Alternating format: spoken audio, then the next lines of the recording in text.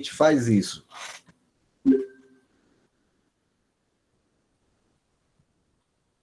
Boa noite, pessoal. Estamos aqui para mais uma aula de Direito Civil, parte geral, na Faculdade São Luís, dia 26 de maio de 2020. Passaremos agora para a nossa apresentação, né? Fazendo aqui rapidamente uma revisão do assunto que foi passado nas aulas anteriores. Dentro disso, nós temos aí que nós estávamos falando sobre bens na aula anterior, já falamos das pessoas físicas jurídicas que compõem as relações jurídicas e estamos tratando dos bens, que é objeto dessa relação jurídica.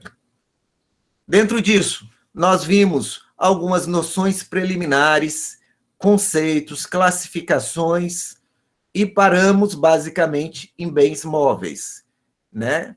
Que é basicamente essa tela que a gente vai apresentar. Na aula passada, nós tratamos da parte geral dos bens imóveis, basicamente. Então, dentro disso, né, eu vou mudar aqui a forma de apresentação da tela para facilitar a nossa aula e melhorar a qualidade também. Deixa eu só voltar aqui.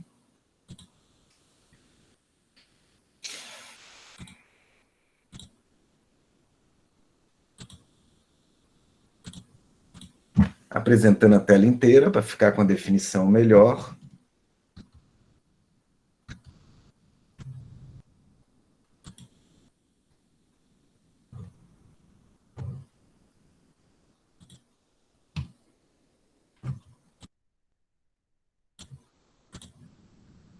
Ok, modo de apresentação. Todos estão vendo aí? Deixa eu colocar aqui no meu feedback. Para mim aqui está ok, né? Então, dito isso, e dando prosseguimento basicamente aí dos bens, nós temos que na classificação apresentada aí, né, que é de Carlos Roberto Gonçalves, nós temos que os bens móveis, eles se classificam em móveis por natureza, isso está lá no artigo 82 do Código Civil, que vamos ver já já. Bens móveis para efeitos legais e bens móveis por antecipação, né? Primeiro, nós temos aí que os bens móveis por natureza, eles são semoventes e móveis propriamente ditos. Isso está no artigo 82 do Código Civil, para onde a gente vai agora. Deixa eu só colocar aqui o Código Civil.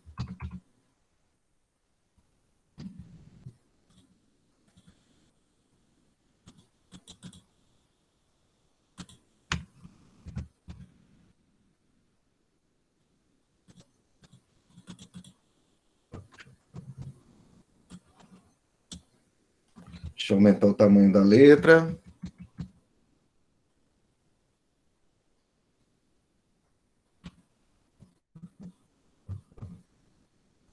Ok, eu acho que esse tamanho está bom.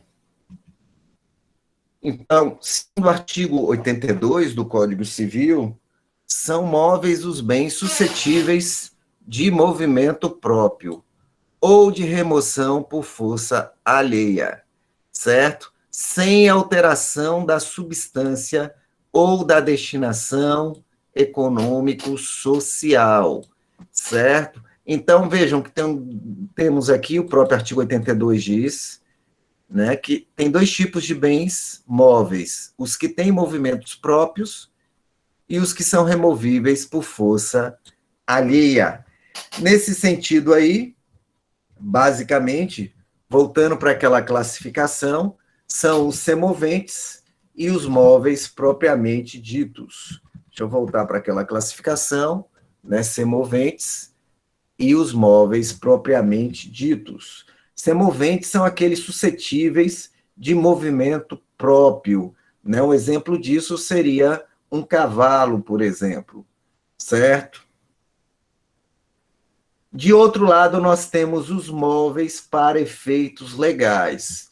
Ou seja, a natureza móvel quem dá é a lei, e não essa definição que nós vimos no artigo 82 do Código Civil, certo? E a lei dá essa definição de móvel para efeito legal no artigo 83. Olha, considera móvel para efeito legal. Lembrar que tem imóvel por efeito legal também.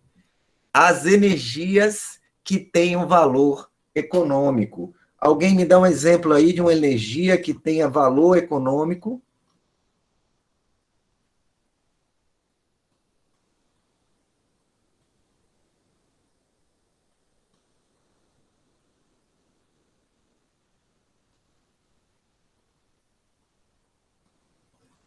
A hidrelétrica, na verdade, é geradora, né?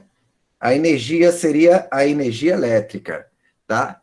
Mas, professor, energia elétrica é móvel? É móvel não só para efeito cível, como para efeito penal também, né? Vocês vão estudar isso provavelmente em Penal 3, mas é legal a gente fazer esse paralelo aqui rapidamente. Você tem um crime, né, lá no artigo 155, que vocês já devem ter ouvido falar, 155 é o furto, né? E o furto é você subtrair, basicamente, sem violência ou grave ameaça, né? Aí Cláudia já matou, exatamente. O quê? Uma coisa que não é sua e é móvel. Então, veja que o conceito de coisa móvel é importante no crime também. E aí nós temos aqui, ó, no parágrafo 3º, que equipara-se a coisa móvel à energia elétrica ou qualquer outra que tenha valor econômico. Então, está aí provado que, além de estar lá no cível, está aqui também tipificado no penal para que ninguém alegue a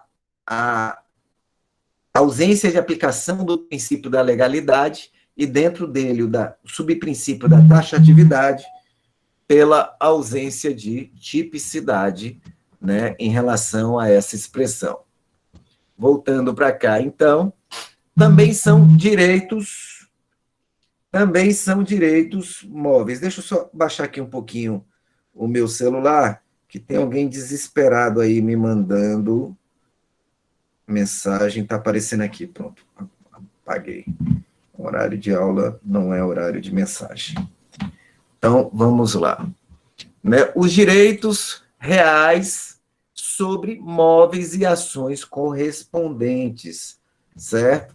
Esses, basicamente, direitos reais, eles podem, a gente já falou isso na discussão de direitos reais sobre imóveis, eles podem ser de gozo, fruição e podem ser de garantia, né? Enfim, então esse artigo mencionado aí está se referindo, por exemplo, à propriedade, usufruto, penhor, hipoteca, essas questões básicas. E os direitos pessoais de caráter patrimonial e as respectivas ações.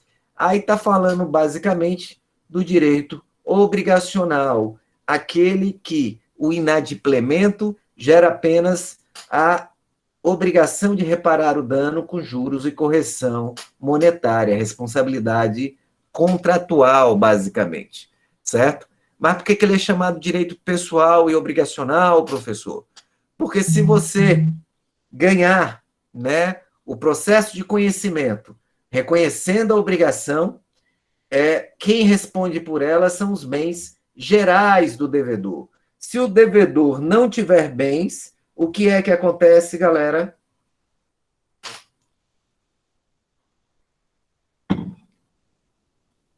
Né? Você entra com ação contra alguém que lhe deve e o judiciário reconhece que aquela pessoa, né, julga procedente o seu pedido e condena o devedor na obrigação de pagar quantia certa.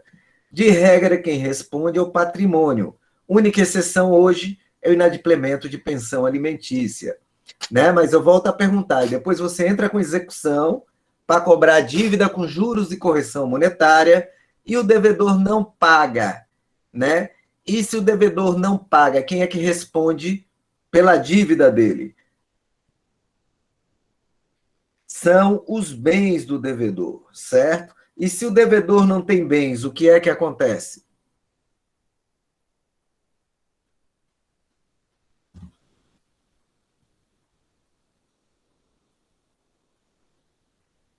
Não, Cleverson. Dívida ativa, né, é para obrigações reconhecidas da Fazenda Pública, né? Nesse caso, se o devedor não tem bens, certo? Por exemplo, alguém bateu no seu carro, não pagou, você entrou com ação contra ele e a justiça reconheceu que ele lhe causou aí, sei lá, 10 mil reais de danos, né? Numa fase posterior, o devedor não paga os 10 mil ainda. Você executa essa obrigação, né? E aí você tem que indicar os bens do devedor que vão responder por essa obrigação.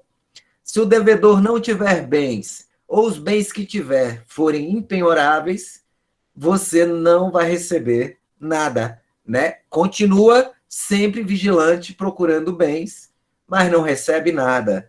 Então, isso é característica de direito pessoal ou obrigacional. Vamos ver como é que se faz negócio com direito real. Direito real é outra história.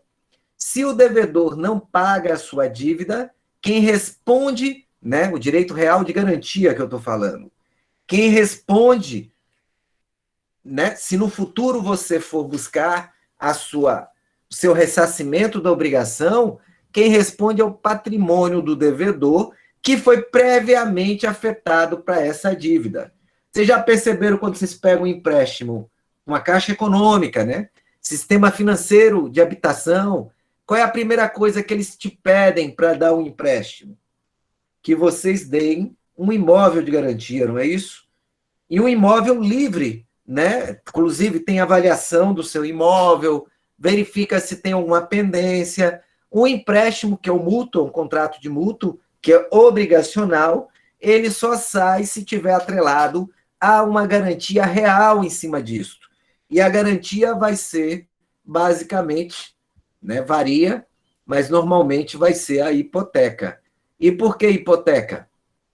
Porque se amanhã, né, você não pagar, o bem que foi escolhido, e no caso do sistema financeiro, normalmente é o próprio bem que você comprou, ele vai ser leiloado, vendido em asta pública para pagar a dívida para com o banco, certo?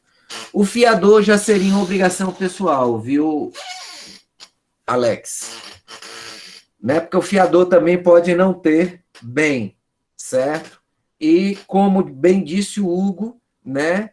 Doido é quem for ser fiador de alguém, tá? Porque, sem fugir muito do assunto, se alguém é fiador de outrem, né? Então tem uma regrinha que seus bens de família, como por exemplo o único imóvel que você mora, não podem ser penhorados. Mas se você é fiador, né? Então vamos lá.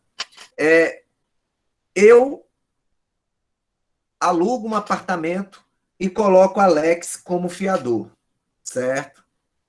Eu não pago os aluguéis durante 2 anos, eu não pago os condomínios, eu não pago nada. E fica uma dívida extraordinária. O dono do apartamento me despeja, depois entra na justiça, né, e vai atrás de mim. Eu, né, locatário, eu não tenho bens, né? O dono do apartamento não é nem obrigado a ir atrás de mim. Como tem fiador, o dono do apartamento pode ir direto atrás do fiador. Mas nesse exemplo, ele foi atrás de mim. Quando descobriram, eu tinha uma casinha. Minha única casinha. Minha única casinha é bem de família, ela não pode ser penhorada. Aí vai atrás do fiador, que é Alex. Aí Alex disse, por isso não. Eu também só tenho uma casinha. Aí o detalhe, essa isenção de bem de família não vale para fiador. A minha casinha, eu que sou devedor, não vai ser penhorada. A casinha de Alex vai, porque ele é fiador, certo? Isso é uma distorção que acontece, basicamente, lá na lei do inclinato. Então, assim, fiador, ninguém deve ser fiador de ninguém, meu amigo. É complicadíssimo, certo? Seu bem de família pode ir para o brejo. Alex, o problema é que isso é jurídico, né? As pessoas assinam contratos, as pessoas fazem negócios jurídicos, que é o que a gente está estudando, né? Sem consultar alguém da área que entenda do assunto, né? Então, as pessoas têm que consultar alguém da área. Se eu não entendo de direito, eu não posso me meter numa história dessa só por amizade, certo? E aí não tem amizade que dure, né? O devedor principal não vai querer ver sua cara e você que vai pagar o pato, né? E eu conheço vários casos deste, certo? Aí no meu exemplo, Hugo tem razão. Alex não se deu bem nessa história, certo? Mas ainda bem que é só ficção e qualquer semelhança com a realidade é mera coincidência. Voltando então, pessoal, nós temos, dentro da nossa classificação, né, nós vimos aqui os móveis para efeitos legais, são estes, né? Então, perceba que tudo que diz respeito, né, direito real sobre bem imóvel é um bem imóvel também. E direito pessoal, que é direito obrigacional, é um bem imóvel também. Então, é legal você perceber que uma coisa imaterial, como um direito né, um direito sobre um determinado bem jurídico da vida, o direito é o bem imóvel e não o bem jurídico, percebam isso. E, finalmente, nós temos os móveis por antecipação, que nós demos um exemplo lá quando falamos da árvore. Né? Vocês lembram que exemplo foi esse? Né? Quando a gente falava de uma árvore em cima de um terreno. Né? O que seria móvel por antecipação nessa árvore?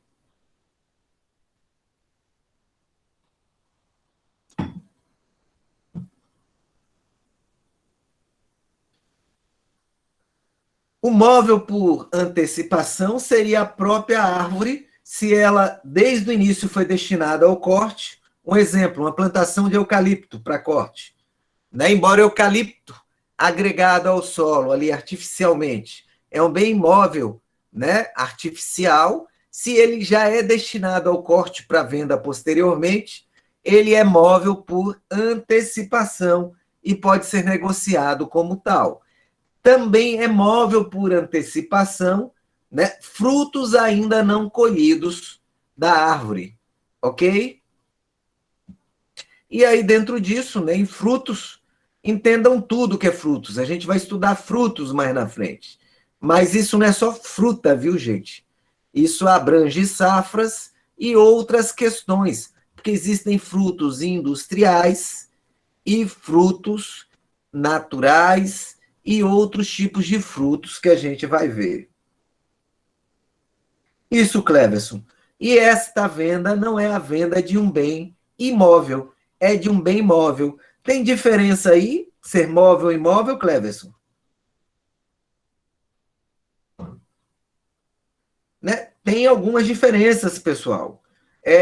Você vai ter que adotar as características de negócio para imóveis, se for imóvel, e para móvel, se for móvel.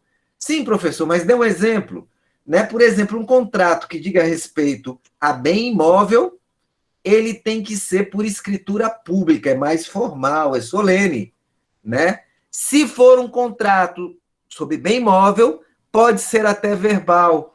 Então aí a gente já tem uma diferença grande, né? Esse contrato aí dessa produção de soja, teoricamente não precisa ser por instrumento público.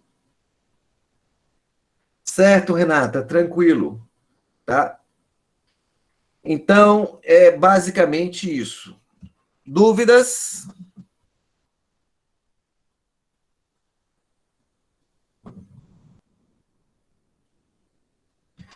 O café que ainda não foi colhido, né? E já é destinado à venda. Como todo café normalmente é, né?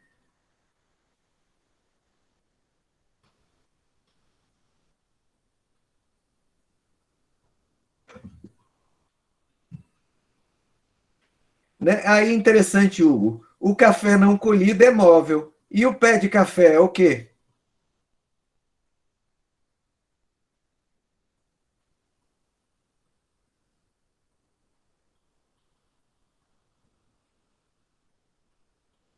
O pé de café é móvel ou imóvel?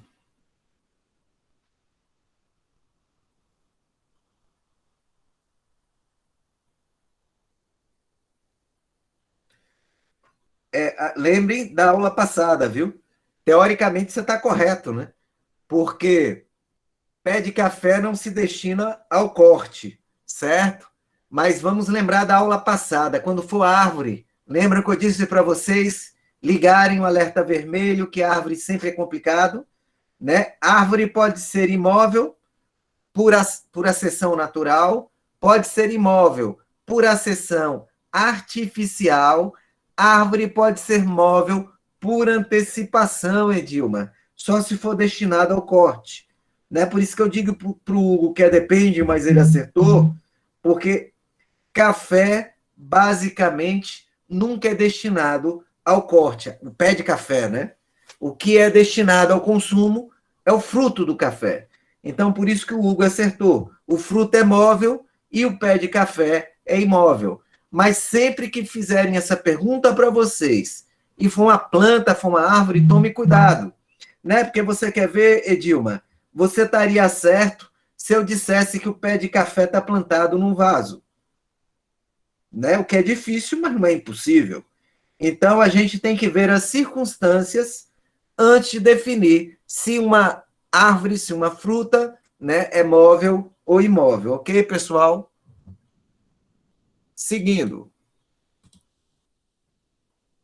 Classificação dos bens quanto à divisibilidade. Né? Nesse sentido, aí nós temos bens divisíveis e bens indivisíveis, certo?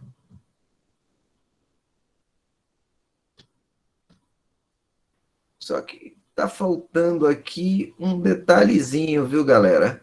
Eu acho que eu acabei deletando uma das minhas apresentações. Não deletei, não, ela está aqui na frente.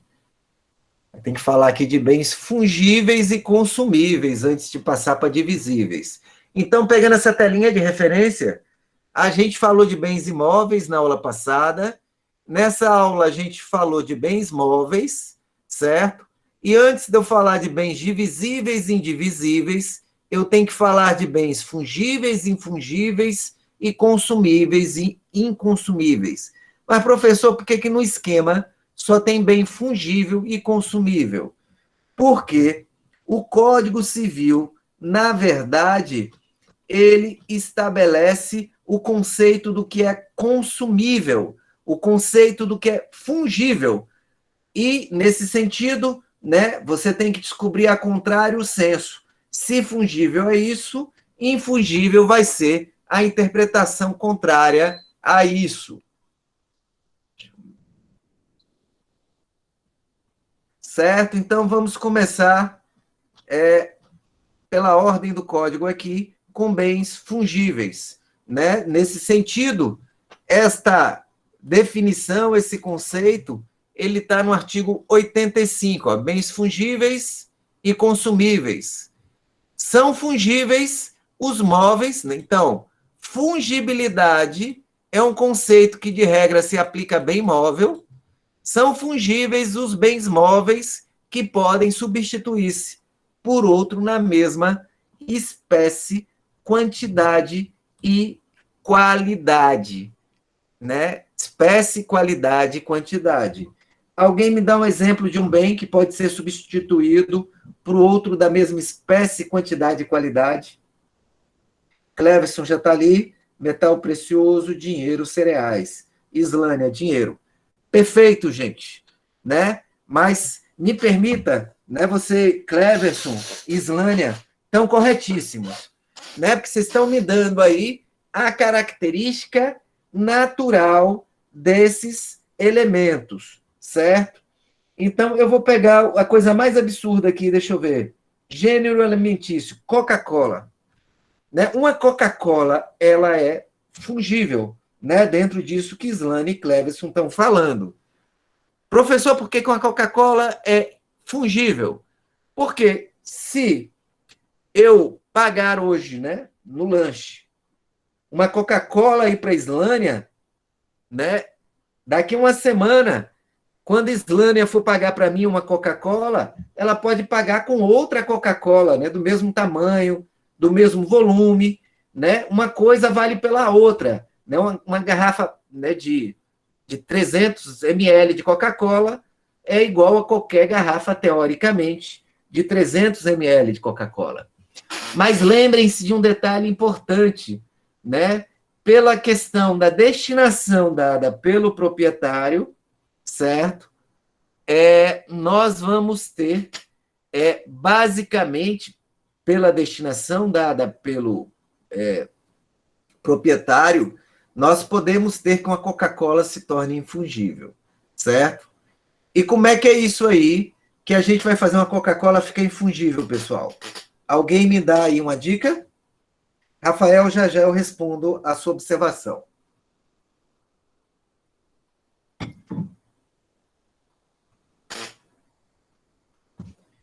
Né? Então, pergunta, como eu faço uma Coca ficar infungível?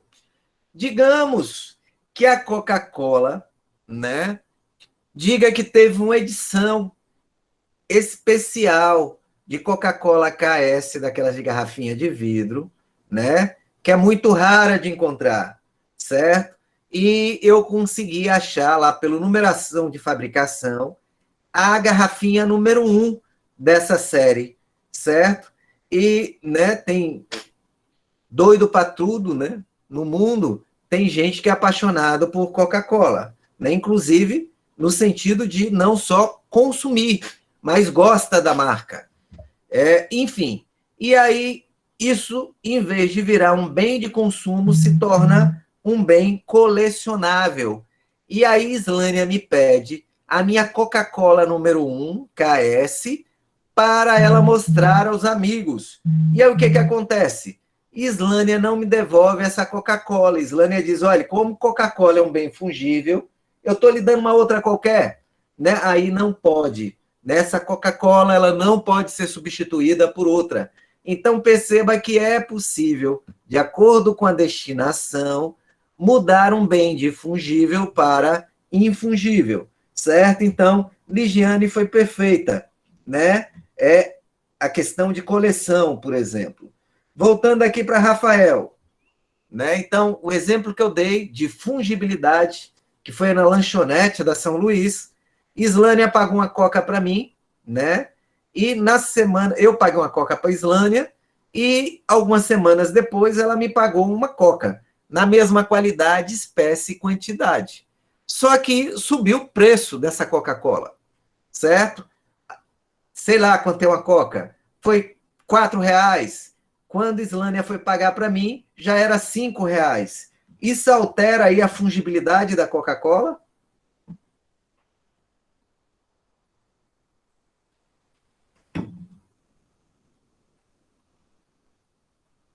Não altera a fungibilidade, né? Eu devo lembrar a todos, né,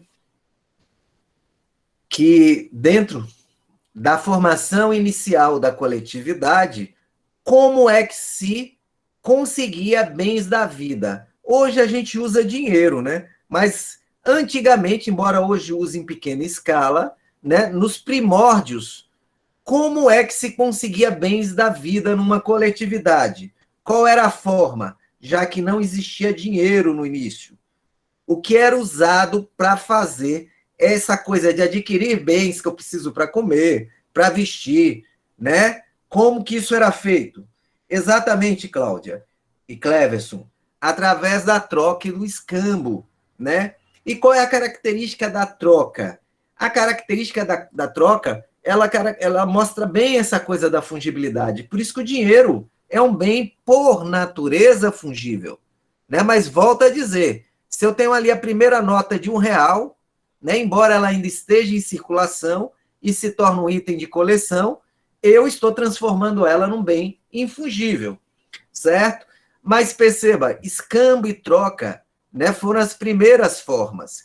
Escambo funciona assim. Se eu dei, né, para Cleverson, eu emprestei 10 litros de gasolina, né? Eu falo, oi, Cleverson, você vai me pagar 10 litros de gasolina no futuro. Né? Então, se a gasolina subiu, se a gasolina desceu, isso não me interessa. O que me interessa é que a gasolina que Cleverson vai me dar, embora tenha a mesma espécie, qualidade e quantidade, certo? Não vai ter o mesmo preço. Ou seja, a gasolina é fungível. Então, eu estou fazendo nada menos, nada mais do que escambo, né? Em vez de dinheiro, eu estou usando outros bens da vida, certo? Então, essa questão do escambo, a característica básica, porque eu repito, tem exceções, é a fungibilidade dos bens. Alguém tem alguma pergunta em relação a isso?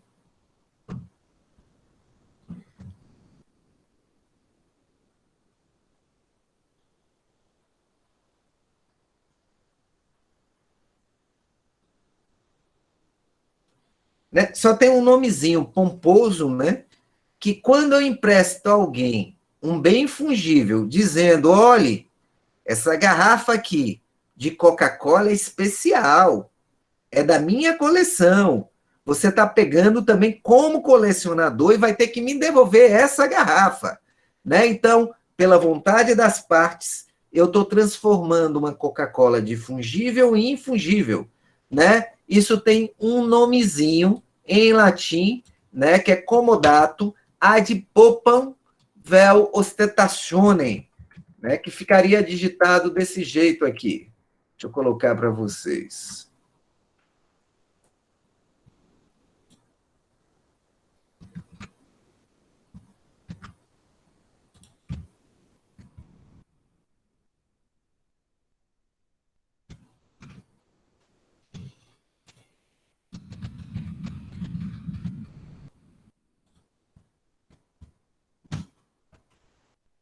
Né? Então, quando eu transformo um bem fungível em infungível, eu estou fazendo um empréstimo, né, para falar que é para ostentação e não para consumo, certo?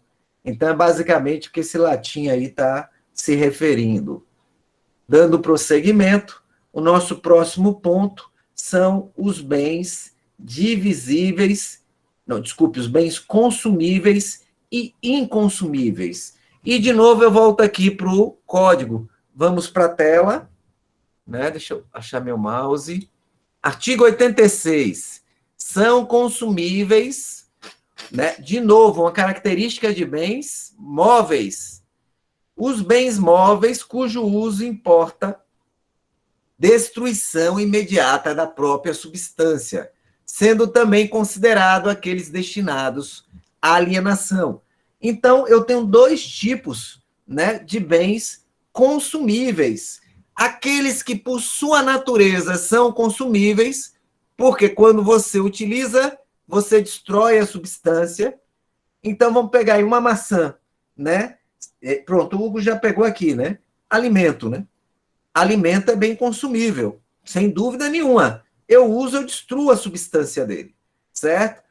E, né, uma Coca-Cola, normalmente, quando eu bebo a Coca-Cola, ela também é um bem consumível, certo? E também são, né, consumíveis aqueles destinados à alienação. Dentro disso, nós temos os bens que são naturalmente consumíveis, né? Esse aqui é o uso importa a substância, que a doutrina chama de consumíveis de fato, certo? E aqueles que são, né, consumíveis por, né, determinação legal.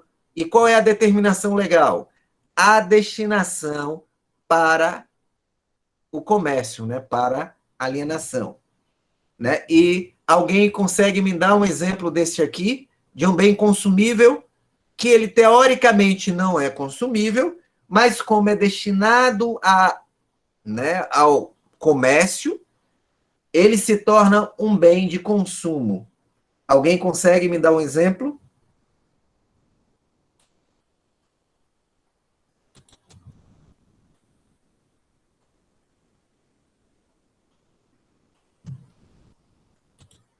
né? Então, vou ajudar vocês nesse, né? Um exemplo aí, né? Pronto, uma garrafa rara de licor.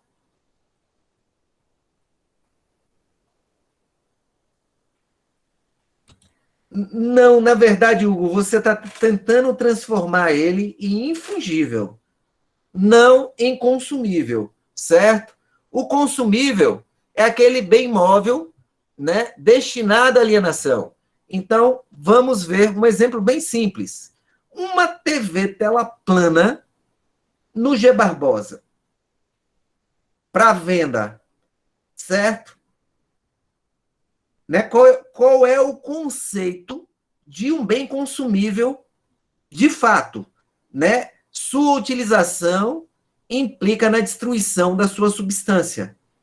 Quando eu uso, né, eu vou lá e compro a TV no G Barbosa, eu estou destruindo a substância dela? Não, né? Por isso que ela é bem consumível por determinação legal. Enquanto ela estiver destinada à alienação, né, qualquer bem móvel, inclusive o automóvel, Hugo, enquanto ele estiver lá na vitrine, destinado à alienação, ele é um bem móvel, né, por determinação legal. Mesma coisa, combustível, certo? Não, mas o combustível não, viu, Alex? Eu vou discordar de você.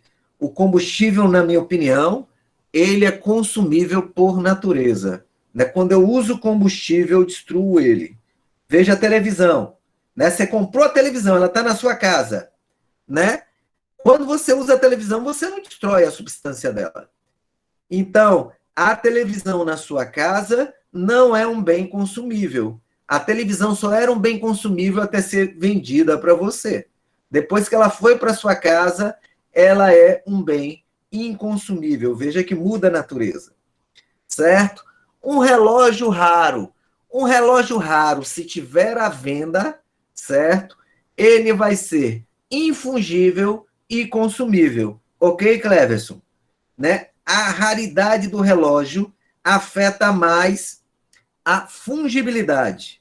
O que vai determinar se ele é consumível ou inconsumível vai ser se ele está destinado à alienação. Por quê, professor? Porque um relógio não é um bem consumível por natureza. Porque quando você está com o relógio no braço e está se utilizando do relógio, você não está destruindo a substância dele, certo? Então, cigarro. Cigarro é um bem consumível por natureza, concordam comigo? Usou o cigarro, destrói a substância, certo? Então, o que vocês têm que ter cuidado aqui é o que é consumível por natureza, né? E o que significa por natureza? Uso importa na destruição da substância. E o que não é consumível por natureza, mas a lei considera porque ele é destinado à alienação, certo? Então, tomem cuidado com isso, certo? Isso confunde muito fungibilidade e consumilidade, né? Então, tome cuidado com essa diferença aí. Vamos para o próximo.